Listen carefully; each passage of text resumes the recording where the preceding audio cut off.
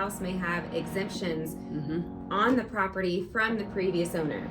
So what happens when you as a homeowner only qualify for, say, the homestead exemption, but the property owner before you had disability, over 65, whatever it is. So what happens when they buy the house?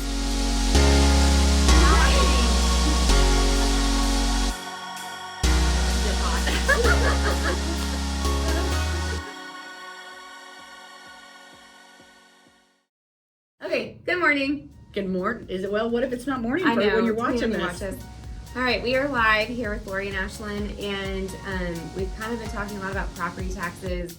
It seems because the tax bills are coming due, and so we start talking about exemptions. And so a lot of people, you know, whether it's a new homeowner or anybody, when you buy a house, one of the things that we were talking about was that house may have exemptions on the property from the previous owner.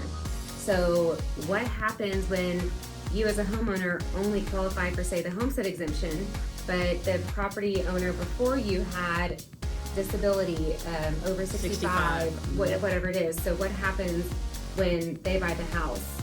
Well, and that's very important because that's what Ashlynn and I were talking about. So when we've got a buyer or a borrower that comes to us, one of the first things I do is the house that they're going to go under contract for, I go look to see what that is.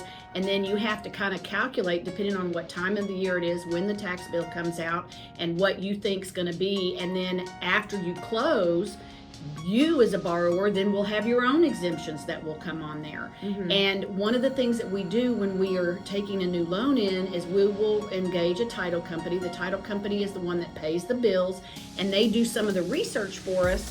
And between the underwriter and the title certificate, tax certificate that we get from title and us, we come up with what we think is going to be the correct taxes for your house. So they'll say, here are the current exemptions, here's what they're currently paying, and then on the tax certificate it'll also say, once all exemptions are removed, here's the estimated amount.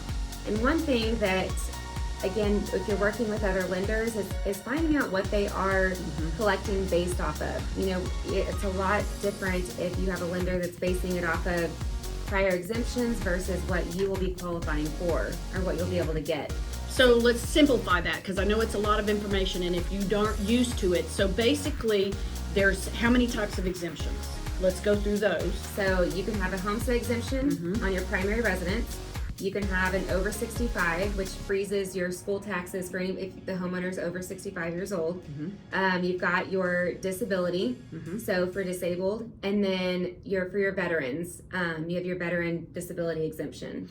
And then sometimes, don't you, Ashlynn, when you've got a borrower out looking and they're payment sensitive, then you also teach them how to look up the tax rate for that property, because you can have, you know, here in Georgetown, how many different, you know, different tax rates we've got. So there's a lot of things that are going into what we're calculating for their taxes. Tax rate, you've got the PUD, you've got the MUD. There's also those extra taxes now. So you may have a tax rate, but then they have some of those extras. So I think our point, though, in all of this, sometimes I feel like we're just talking. It's like, okay, what's your point with this?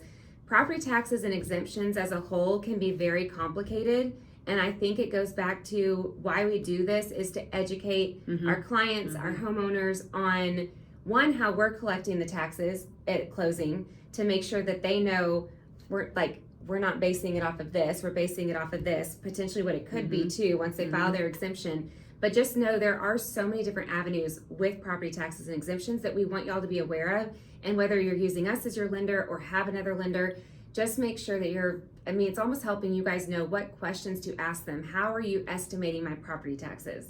Well, and also then to know if something changes, because each year the county, then that tax rate could change a little bit, and then if you forget to file your homestead, if it is your homestead, or if the new seller, the seller of your house is taking an exemption, and what it's going to be different next year. So just remember that when sometimes the first year or so, and even the second year, until you've been in that house a couple of years, you want to educate yourself as much as you can so that you don't have any shock. Surprised. I think you're the queen of having to solve problems for borrowers that have gotten some confusion things. And so that's why Ashlyn's so passionate, because I bet I can think of 8 or so clients in the years where you've had to problem solve and get really deep into helping somebody unwind something. Yes, I've had clients that would use, say, another lender, and, they weren't my client at the time, but their realtor has to reach out to me and say, can you help fix this problem? Like, I mean, it's had to be like refinancing almost because they didn't have the money. Like, there were so many things that turned into a lot of people reaching out about taxes. So to your point, I tell every client at the beginning, I'm like, we're going to talk about property taxes, not about interest rate. We're just going to talk about property taxes. That's all I care about. Yeah. And one last reminder to tell our veterans out there, those that are 100% disabled, make sure that you are filing with the county your exemptions. It's not an automatic thing. The county does not know that you are 100% disabled. And we want to make sure, we've had clients come back and go, I thought it was just automatic. I don't have to pay property taxes because I provided this disability letter to the lender. The lender is not responsible for filing your exemptions. So just make sure that you know what exemptions to file for and that you're doing it, like you said, now you can do it right after you close once your driver's license has been updated. And call us because, like I said, we look at these every week, all the time. Multiple houses. People call me and say, "Can you walk me through like filling this out?" Because it's sometimes foreign to you if you haven't done it before. So we don't mind a bit. Nope. So thanks, y'all.